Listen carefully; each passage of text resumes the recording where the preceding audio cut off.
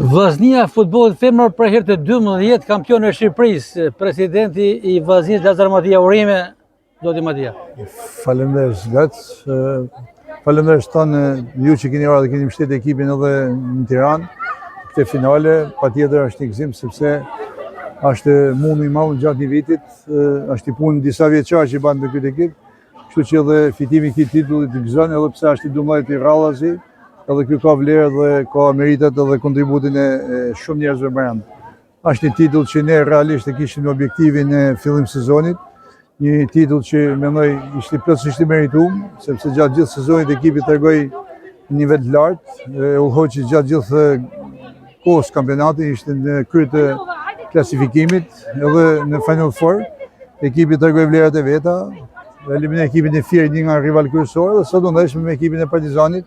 Mendoj ishte një ekip surprizë sepse ishte menduar që të ishte përballë Vllaznisë Gramshi ose Fieri, kështu që ishte një ekip surprizë dhe mendoj që ishte ekip rival edhe në këtë finale.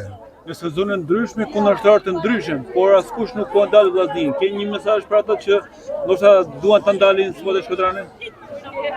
Ne s'kemi një mesazh veçantë, por kushdo që do të zhvilloj futbollin e femrave, mos merren me ndalu Vllaznin, por të merren të investojnë për të zhvilluar futbollin e femrave. Nuk është sukses të mundosh të ndalosh Vllaznin, sukses do të ishte sikur çdo qytet, çdo klub i Superligës ose kategorisë parë, po ndatë më shumë për futbollin e femrave, po ndatë më shumë me moshat që në të ardhmen mos jetë vetëm Vllaznia në këtë nivele, po të ketë edhe ekipe të tjera, sepse nga niveli i Vllaznisë sot është i vetmi federatë në Ballkan që merr pjesë me 2 ekipe në kompeticionet evropiane, prandaj suksesi i Vllaznisë është suksesi i futbollit shqiptar dhe nuk është qëllimi mendoj i mirë askujt që të ndalojnë Vllaznin, por të marrin model Vllaznin dhe të zhvillojnë edhe ato ekipet ose klubet e veta ku ato mund të zhvillojnë futbollin e vajzave. Një pyetje që në fakt u lakua dhe gjatë ndeshjes, një finale Vllaznia dhe Partizani dhe finala luhet në stadiumin e Partizanit. Ka qenë një mirëkuptimi juaj apo kështu është vendosur nga federata? E vërtetë është që Komiteti Ekzekutiv në vendimin e fundit që ka marrë për zhvillimin e Final Fourit si për femra ashtu edhe për meshkuj, është caktuar Tirana si vend organizator për ndeshjet finale, kështu që ndeshja finale e Final Fourit do të zhvillohet në Tiranë. Për arsye sepse po luhet nesër fillon edhe kampionati evropian U17, që luhen siç dhe luhen në Shqipëri dhe gjitha fushat janë të zana, sidomos fushat në kryeqytet.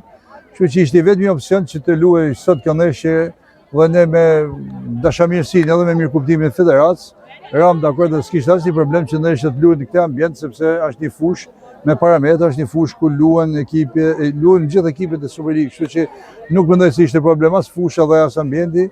Ishte një ndeshje kudo që të luhej, Vllaznia do të kishte të qartë edhe objektivin për të fituar kampionatin. Për Kupat e Europës ka filluar të mendoj zoti Matia me stafin e tij?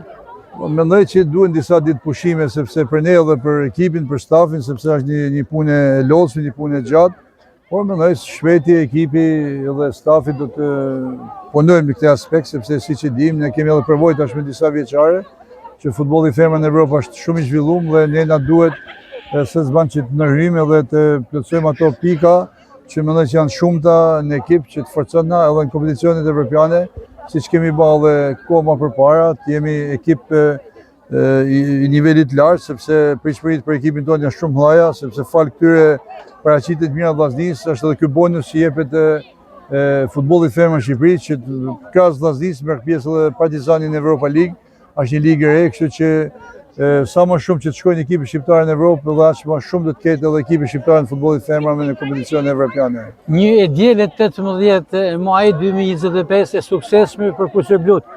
2 kupa, 2 trofe, 2 titull kampion shkojnë në Shkodër sonte. Fillimisht u fitua nga Vllaznia Futsal dhe tashmë edhe nga Vllaznia Femrave. Po vjen keq që s'isha prezant sepse edhe orari që u lut ndeshja e futsallit ishte pak para fillimit të ndeshjes tonë, do të kisha dëshirë të isha në atë finale.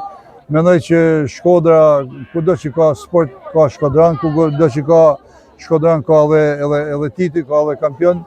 Kështu që nuk është pa pritur ajo edhe për ekipin e futsallit, duhet t'i uroj me që isha prezant edhe aty për fitimin e titullit parë të futsallit, sepse edhe aty do marrin pjesë në kompeticione të Champions League, kështu që Mendoj Shkodra nuk e ka si fitimin e trofeve ashtu siç e ka edhe ekipi jonë, kështu që ju uroj gjitha ekipet të Shkodrës që të kenë këtë nivele siç kishte futsal dhe ekipi futbollit vajzave. Mendonin se këto dy trofet sotme e kanë zbutur disi klimin e tifozërisë e pak narësisë e humbjes së finales të futbollit të madh?